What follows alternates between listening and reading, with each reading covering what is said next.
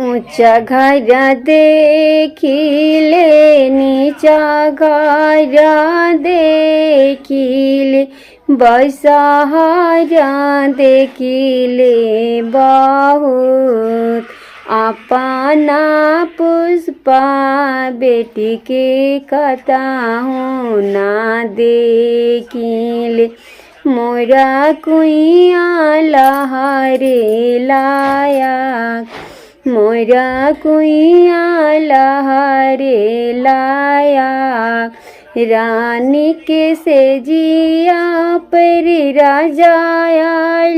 लसाइल सुना रानी बचाना हमार बेटावा